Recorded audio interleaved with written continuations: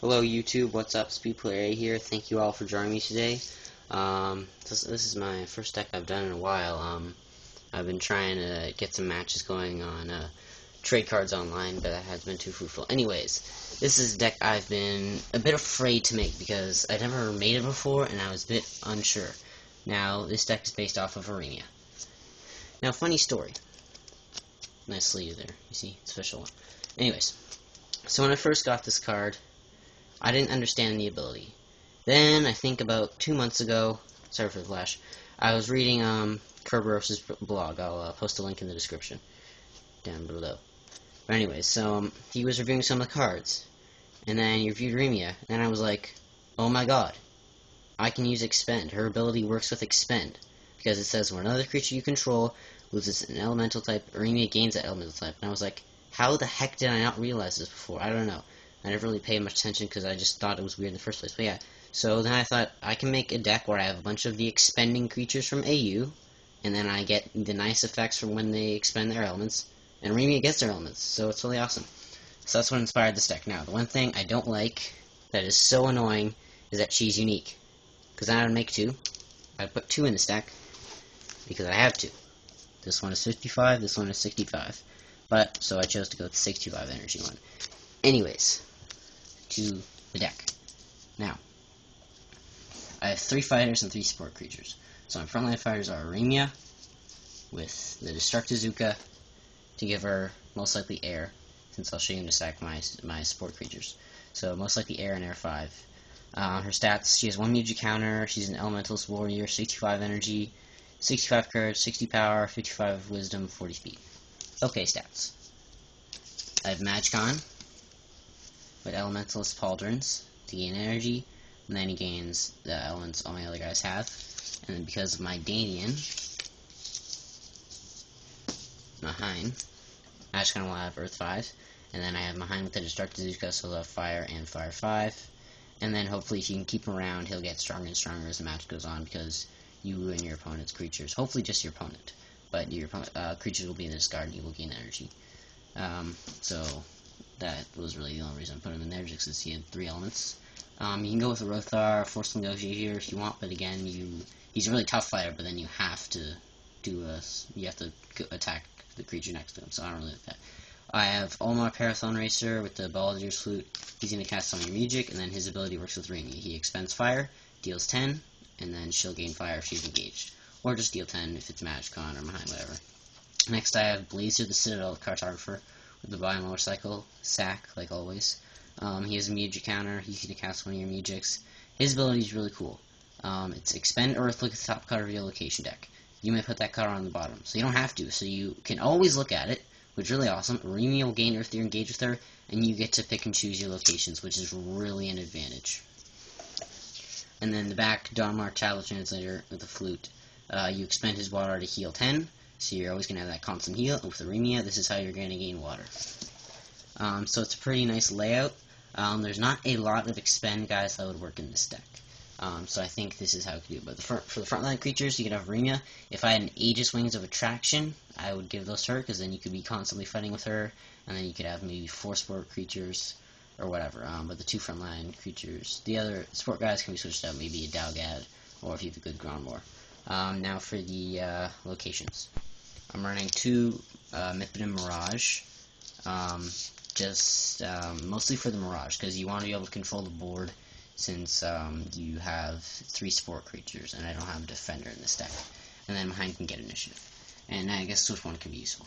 Bodo's Arsenal, bring back the Destructos or the Pauldrons, or your Baldur's Flute for whatever reason. Quarters of the Quartet. I've been meaning to use this card for a while, so since we control Overworld, Underworld, Danian, and Mopedian, this works with the ability, which says, when a player controls exactly 4 tribes, that player's creatures gain untargetable by opponents. So at the start of the match, if this comes up for the first battle, your opponent won't be able to target you with stuff, which is great. Castle Momark, it's initiative fire, so you're most likely going to get initiative. And then, so when Castle Momark becomes the active location, each player may sacrifice a creature they control. If they do, they may return another creature from the general discard pile to any unoccupied space on their side of the battleboard. This can work for both you and your opponents, but this is just in case when your fighters get destroyed, you're left with these guys who are not going to last in a fight. This comes up, you sack one of them, bring back the fighter. Passage to gain energy, and Initiative with Eremia for when you gain elements. Tablet Sanctuary can be subbed for a Chime Grid, gain a Nutri counter. Goram's Reefing, again you control 4 tribes, gain energy and stats. I don't really care that much about the stats. The Barracks, interesting location, I've never used it before. So if a warrior you control was engaged this turn, you move that creature to an open adjacent space at the end of combat. So Eremia and Ohana warriors, and this is just, again, you wanna have control of the board. So when you attack, this is location. You attack, you beat your opponent, you can move back, again, just to protect your side of the board, so that's really useful. And then, final location, Elemental, just to gain initiative and energy for your elements. Okay, Mudrik. Alright, I'm running 2 Cadence Clash, one to be cast by Donmar, one to be cast by Olmar. 1 Song of Stasis, again, controlling the board, and for Defender, if they have a jumper, to be cast by Donmar. Hymn of the Elements, to be cast by Eremia, just to gain an element, for whatever reason. Probably will be useful. Song of Resurgence, again, more healed, to be cast by Laser, and then Cascading Rondo, which is swap your attack discard pile with your attack deck, then shuffle your attack deck, which will be really good with the attack deck. And this is to be cast by Olmar, because it's an Underworld Magic. Now, the attack deck, I had a lot of fun making, because it uses a lot of interesting attacks. Well, it's a more interesting attack deck than my normal all-over elementals. So, Tornado Tackle. If you have air, both players you shuffle your attack, discard pile, and attack deck together. So, getting attacks back. I'm running the 4 Turn of the Tide element, 2 element attacks. Look, where's Flame? 1 second. Sorry about that, so I'm only running 3. So Aqua Recoil, Sediment Storm Shield, Flying Advantage, 2 elements. You can get some damage in, heal, get some extra stats. I think I have 1 or 2 stat attacks in here, so that's just good. You can swap out a Flame Bloom for any one of these, doesn't really matter. I have Vapor Wipeout and Flame Breach. Flame Breach, Vapor Wipeout. Gain Fire and Air just in case. You can then, again, swap it out for Fluid Flame, Earth Shape for any one of these. Symmetry Slam, just to get in some damage with your elements. Invader's Tactics, damage, good attack. Clash Jet for fire, because Eremia and Mahine will gain fire and air with their Destructizuka, so it's good to have fire and air attack in here. 2 Inferno Claws. Magicon will have Earth 5, and then it's just a good attack. Mineral Mayhem, in case those Gantrax or Servant of Ani decks. Gear Grind for the Destructos and to mess with your opponent.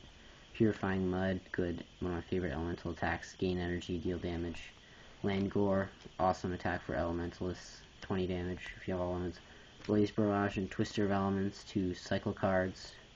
Slow Sand for big damage, with Eremia or Magicon for 20-25. Drops your opponent's speed if they're using a speed deck. And then Apocalypse and Armageddon. So, Apocalypse, I love this card.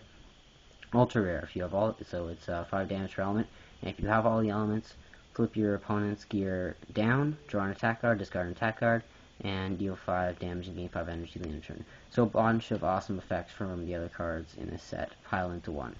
And then Armageddon, just for, I love it, massive 50 damage, really take down your opponent, and then these 2 is what you're going to use Cascading Rondo for, so if you can play them both really soon to each other, or just Armageddon, cast Cascading Rondo, then you can get it back and play it again, which is really great. So thank you guys. Again, I'm sorry I haven't made a deck in a little while. I'm really going to emphasize this. If anyone at all wants to play me on Trade Cards Online, comment on this video, send me a personal message on the site or on YouTube, whatever. I really want to do more matches. Yeah, all I ask is that you regulate your own deck. I don't really want to play you if you have like 2 Hepticon Hails, 2 Magnomites, 2 Super Cool Rings, etc. Just make a legit deck. 6v6, or 3v3 or 1v1 if you want, but 6v6 is probably best. Yeah. So thank you guys for watching. I hope you all enjoyed. Speedplayer A out. Peace. Thank you for watching. And don't forget to like and subscribe.